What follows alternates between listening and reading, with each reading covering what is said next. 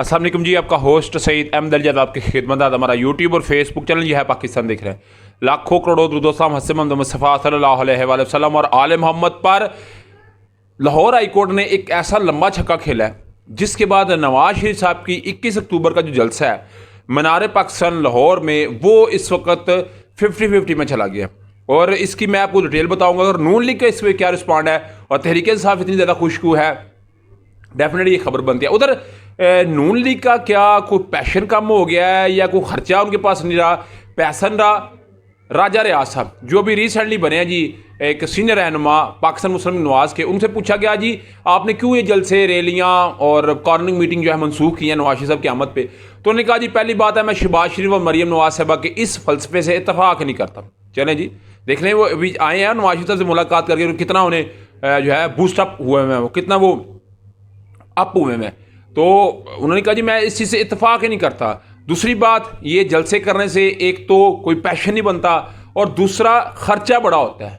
और देखें, मेरा ख्याल है जो कोई सियासी रहनुमा होता है, सियासी लीडर होता है, उसकी बका इसी के अंदर है। उसकी मेरा ख्याल जैसे मछली पानी के बगैर नहीं रह सकती, इस तरह एक सियासतदान अवाम के बगैर रह सकता। उनको अवाम से मोहब्बत होनी चाहिए। मोहब्बत की तो एक बड़ा अलग दर्जा है, मोहब्बत उससे ज़्यादा दर्जा है कि जिसमें आप जिंदा नहीं रह सकते। तो मोहब्बत जो है उसकी है, मगर ये नून लीग का एक अपना ही फलसफा है। और राजा रियाज साहब की ज़ुबान समझे शहबाज साहब की ज़ुबान है, शहबाज साहब की ज़ुबान समझे नवाज शरीफ साहब की ज़ुबान है, और फिर कहने के लिए राजा रियाज साहब के सारे बंदे को चुन लिया गया। तो ये इस वक्त नून लीग की एट प्रेजेंट पोजीशन है। उधर जी जस्टिस रहील कामरान शेख साहब, तहरीक इंसाफ 9 मई के बाद 5-5.5 माह के बाद थोड़ी एक्टिव हुई। उन्होंने जलसा करने का कहा, जहाँ पे वो इकट्ठा करते थे 144 का क़याम, गिरफ्तारियाँ और कैंडिडेट भागे हुए हैं, ना कुछ आगे की समझ है ना कोई पीछे की उन्हें समझ आ रही है। तो लाहौर हाई कोर्ट में दरखास्त कैसे गई? सबसे पहले उन्होंने डीसी साहब को कहा जी हमें परमिशन दी जाए, तो डीसी साहब ने और पंजाब हुकूमत ने कहा जी हम इसकी मुखालफत करते हैं। कुछ अदारों ने भी इसकी मुखालफत की, मगर मामला चला गया लाहौर हाई कोर्ट में। तो रहील कामरान शेख साहब ने इस केस को ले लिया। जब पहले इसकी समाअत हुई तो उनकी तबीयत ठीक नहीं थी, तो आज उनकी समाअत हुई। आज की समाअत में बाकायदा तौर के ऊपर डीसी पंजाब हुकूमत अदारों ने कहा कि ये ना करने दें, मगर रहील कामरान साहब ने कहा कि 15 अक्टूबर यानी कि जो इतवार का दिन है, अगर इसका मद्दे मुकाबल नहीं देती कौन, तहरीक इंसाफ को डीसी साहब, तो फिर इसका मतलब तो फिर हम मामला इस तरह करेंगे कि अगर तहरीक इंसाफ जलसा नहीं कर सकी तो कोई जमात भी जलसा नहीं कर सकी। आपको मीनार पाकिस्तान के अलावा अल्टरनेटिव देना पड़ेगा तहरीक इंसाफ को।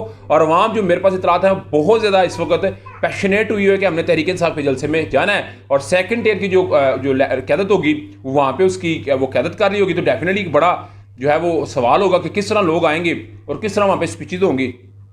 मगर रहील कामरान शेख साहब ने कहा है कि अगर तहरीक इंसाफ को जलसा करने की इजाज़त नहीं तो फिर पूरे पंजाब में किसी को जलसा करने की इजाज़त नहीं। तो फिर इसका मतलब है अभी इमरान खान साहब का जलसा होगा, उसके बाद नवाज शरीफ साहब का जलसा होगा, नहीं तो मामला ये भी लाहौर हाई कोर्ट के अंदर जा सकता है। तो एक बहुत बड़ा सरप्राइज की सूरत में भी हो सकता है। मगर इस पर तहरीक इंसाफ बहुत ज़्यादा खुश है और नून लीग बेचारी समझे, उनको खुद समझ नहीं आ रही कि अभी हम क्या करें, किसको कहें और कहाँ से जाके सिफारिश करवाएं। मगर आप जानते हैं कि जरदारी साहब को नैब की तरमीम जो है वो पसंद नहीं आई, क्योंकि उनकी लिस्ट है, सबसे ज़्यादा उनकी लिस्ट है जहाँ पे उनको कार्रवाई होनी है।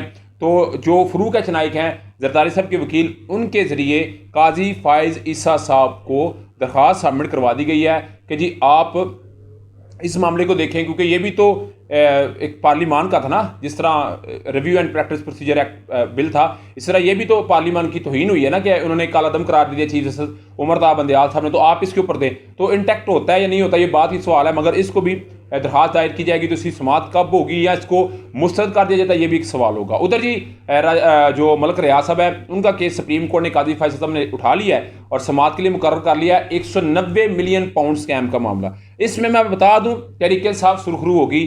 मैं इधर मुझसे लिखवा लें, तहरीक इंसाफ को सिर्फ एक मामले में फंसाया जा सकता है जो कि साइफर है, और उसमें दिन ब रात और रात ब दिन बड़ी स्पीड से काम हो रहा है। आप क्या समझते हैं मुझे लाजमी कमेंट वक्त में शेयर कीजिएगा। मतलब आपकी वीडियो पसंद है तो लाइक सब्सक्राइब अपने दोस्तों शेयर कर लीजिएगा। नेक्स्ट वीडियो तक के लिए होस्ट को जदिया आपका हम। अस्सलाम वालेकुम।